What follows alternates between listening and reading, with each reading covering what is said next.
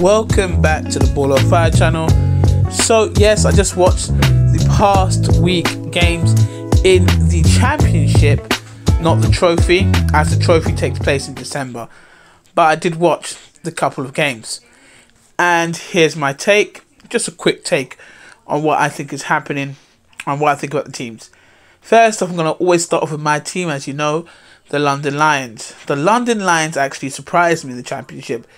As you know, the trophy campaign wasn't that good, but as it's the beginning of the season, you can say the trophy campaign is like preliminaries, and if your team is really good in the off-season, then when you get to the trophy, you'll be really good. And whereas London wasn't good because they didn't really have much of a team and still sorting out their finances and even their board.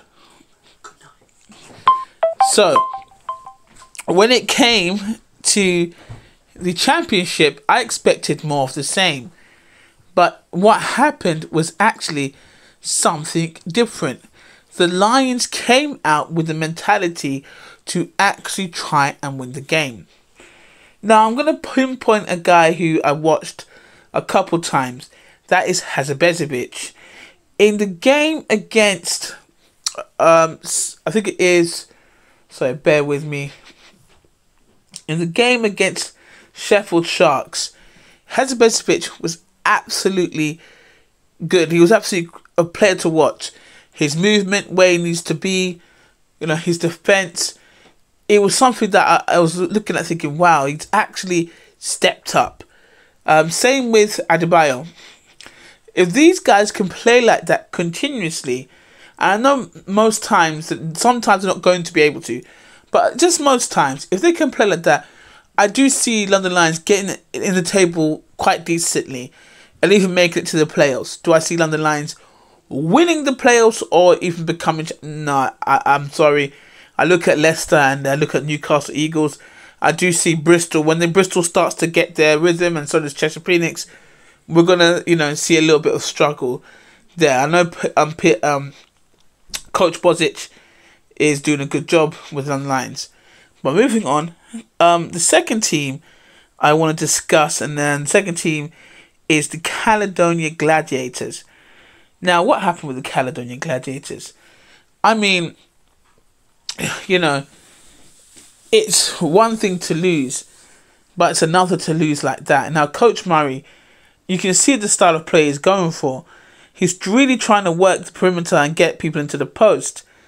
But, looking at Patrick Whelan, it looks like he's out there by himself sometimes. Like he's just isolated, stranded. Like he's a one-man band. And you can't have that. I saw Trayvon Barnes. Now, this guy was moving. Like, he was literally moving to the rim. But even the team around him is not playing with him. And it's something that I guess Coach Murray is going to have to talk with them about. Because Caledonia Gladiators have good people around them. It's a good organisation, and Coach Murray is a damn good coach. So it's quite unusual to see them struggle. Maybe the coach might want a few more pieces. I don't know. But looking at it, I don't know why they lost like that to Newcastle. Because Caledonia should really be up there with Newcastle Eagles and the Leicester Riders. Now, Leicester against Surrey. I mean, Surrey's not a bad team. Lloyd Gardner's doing something amazing with Surrey. It's the coaching and literally the backroom staff has definitely upped it. It's not like when you watch the ex-British Basketball League, where the teams like Surrey Scorchers would lose most of their games. No, this is a team that would definitely win. They're capable of winning. They beat London Lions in the trophy quite a few times. They are definitely a player that's is competitive. My problem is the fact that when you look at Coach Gardner's plays, it's very high paced, and Leicester they don't really play at a pace. Their pace is not super fast. It's more controlled. And I know that Lloyd Gardner's trying to get as much people as quickly as possible to the rim where it's open. But he's got to get more post games, more people in the post. I know that there's a guy named Adelican. He's a good guy. If he works him more into the post, you can definitely see Sarri scoring more. And just probably working with him and making him work on the pick and roll more would be absolutely beneficial. Obviously, Lord Garner knows what he's doing with the team. I just know that the Surrey 89s are much capable of. They're capable of much more. Sorry, pardon me. And that's it really. That's what I really got. I looked at the cup draw. Now the cup is in December. Now I know that the NBL teams are pretty good. I'm not talking about the Australian NBL, guys. This is the UK NBL.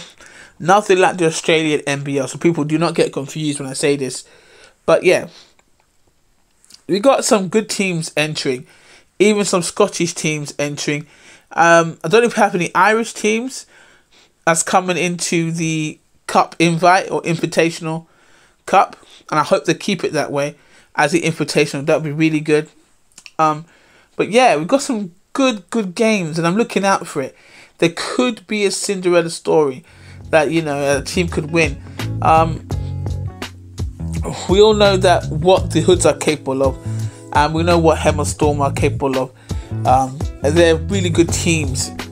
And, you know, they could do a lot of damage to, I'd say, the SLB teams. But I don't know if that could go for today, because that could have changed. Back in the day, the British Basketball League didn't really have much coaching behind it. Simon, I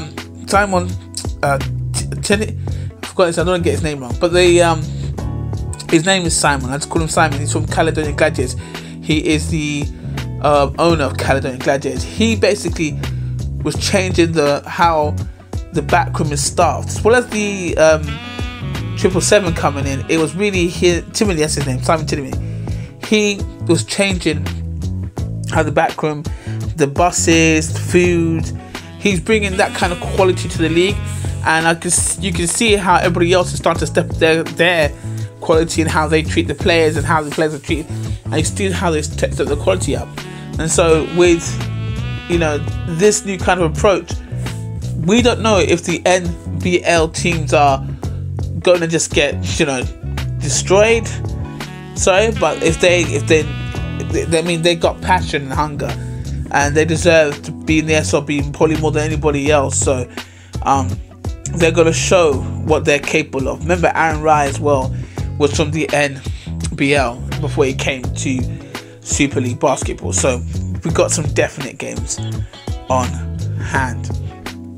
Anyway, that's it from me. I'm going to talk about something next video, or probably be a couple like videos later. I'm going to talk about what teams would really, you know, change the league. And if we were to expand next season, I don't think it's possible, but if we were to, what teams would you guys want to see? And I'll give you a take on what teams I think would be, you know, suitable for expansion. That's already, like, I think Rockets, which is already upped the ex-British Basketball League. No, let's just do it now. The Rockets, they already upped the British Basketball League. With this cup going on, I want to see the Rockets perform. I mean, if they perform well, I mean, I would say they should be in the SLB. But there is a slight problem. You see, the arenas, and this is why I say it's important. The arenas are like a foundational profit for any team. It's not all the profit, it's a foundational. So what I'm trying to say is, when people come in and buy tickets, you buy tickets, that allows viewership onto the actual team. That means they can get sponsorship, they can sell tickets, they can rent out the arena, they can make money. And with the Rockets, with only 500 seats, and you know, if they haven't got any like future development plans to build an arena or any kinds of like arena expansions or anything, I just don't see how they're going to be in the SLB. But if they have the quality team, I really would like the board members of the Reading Rockets to actually start thinking about expanding their arena or making expansions to arena that will literally get them into the SLB. There is other teams as well, but I'm going to leave it at that. Tell me what you guys think, okay? Until next time, peace.